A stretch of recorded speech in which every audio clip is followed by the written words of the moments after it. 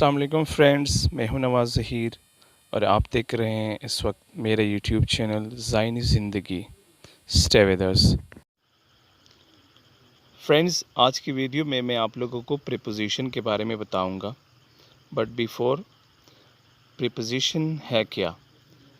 As per this definition of the preposition, a preposition is a word which is placed before a noun or a pronoun. preposition एक ऐसा लफ्ज़ या अल्फाज होते हैं जो कि वो जुमले में नाउन और प्रोनाउन से पहले प्लेस किए जाते हैं और to show in what relation the person or thing denoted by it stands in regard to something else, कि वो नाउन और प्रोनाउन और जुमले के किसी दूसरे पार्ट का क्या रिलेशन बता देता है। यानी प्रीपोजिशन का जो बेसिक टास्क होता है वो नाउन और प्रोनाउन का रिलेशन जुमले के किसी दूसरे पार्ट के साथ बताता है।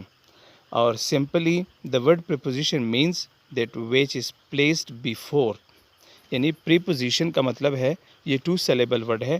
प्रीपोजिशन मतलब ये है कि to place before a noun और pronoun.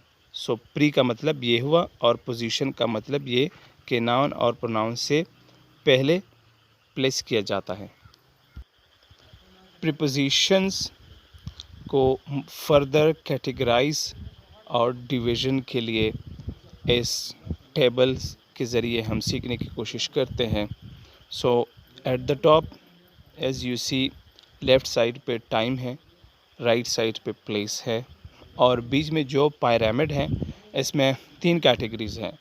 First category general category और बिगर, सेकंड कैटेगरी मोर स्पेसिफिक और smaller, and the last but not the least category very specific और स्मॉलेस्ट।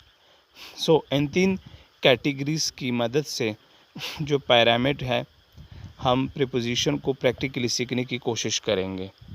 फर्स्ट, ये प्रीपोजिशन टाइम शो कर देते हैं और प्लेस, यानी प्रीपोजिशन ऑफ टाइम और प्रीपोजिशन ऑफ प्लेस है। सेकंड, इस पिरामिड के अंदर जो जनरल कैटेगरी है इसमें प्रीपोजिशन एन है पुट किया गया है। जो दूसरी कैटेगरी है मोर स्पेसिफिक, इसमें ऑन प्रीपोजिशन को पुट किया गया है और जो थर्ड कैटेगरी है वेरी स्पेसिफिक और स्मॉल, इसमें 8 को प्लेस किया गया है। सो जो जनरल कैटेगरी है इसमें एन है, यानी मतलब ये है कि एन जनरल चीज़ों के लिए इस्तेमाल होता है। जिस तरह के अगर टाइम की इस साइड पे हम देखें तो कंट्रीज़ के लिए इस्तेमाल होते हैं, डिकेड्स के लिए, ईयर्स के लिए, मंथ्स के लिए, weeks, season, periods of time, holidays, parts of the day etcetera. और अगर प्लेस साइड पे हम देखें तो कंट्रीज़ के लिए इस्तेमाल होते हैं, इस तरह के फ्रांस, सिटीज़ के लिए इस्तेमाल होता है पेरिस, नेबरहुड के लिए इस्तेमाल होता है, इस तरह एनक्लोज स्पेस के लिए इस्तेमाल होता है।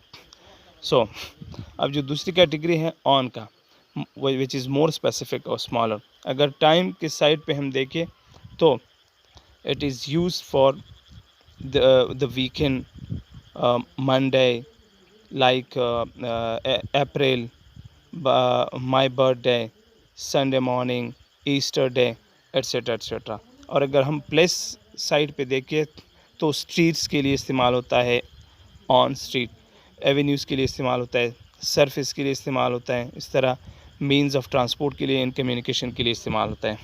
और अगर हम लास्ट कैटेगरी देखें 8, तो वो आवर्स के लिए, जो कि ये बहुत स्पेसिफिक कैटेगरी है, आवर्स के लिए इस्तेमाल होते हैं।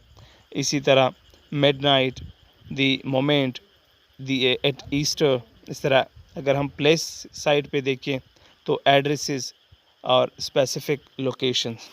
सो ये प्रीपोजिशन का एक पिरामिड की शक्ल में हमने आज आपको दिखाने की कोशिश की है ताकि आप लोगों को इसका प्रैक्टिकल समझ आ जाए। अभी इस तीनों कैटेगरीज़ पे मैं एक एक एग्जांपल देने जा रहा हूँ। अगर टाइम साइड पे देखिए तो इन कंट्रीज़ के लिए इस्तेमाल होता है, जिस तरह के आई लिव इन पाकिस्तान। और अगर प्लेस साइड पे देखिए तो अभी जो है कंट्रीज़ और सिटीज़ के लिए इस्तेमाल होता है, जिस तरह के आई लिव इन पेशावर। फिर अगर हम ऑन पे आ जाएं तो ऑन अगर टाइम साइड पे देखिए तो जिस तरह के ऑन मंडे, इसी तरह आप डिफरेंट डेज़ के लिए इस्तेमाल कर सकते हैं। अगर प्लेस साइड पे देखिए इन प्रीपोजिशन ऑफ प्लेस, तो आप ऑन इस्तेमाल कर सकते हैं, I am on Oxford street. इसी तरह एट का एग्ज़ाम्पल मैं देने की कोशिश कर रहा हूँ। एट जो कि है स्पेसिफ़िक यूज़ के लिए इस्तेमाल होता है, स्पेसिफ़िक पॉइंट के लिए इस्तेमाल होता है। सो टाइम साइड पे जिस तरह के I reach my office at 5 o'clock, इस तरह अगर प्लेस साइड पे देखिए तो इस तरह अगर आप प्लेस साइड पे देखिए तो I am at the railway station. So this was all about the practical use of preposition. Thank you.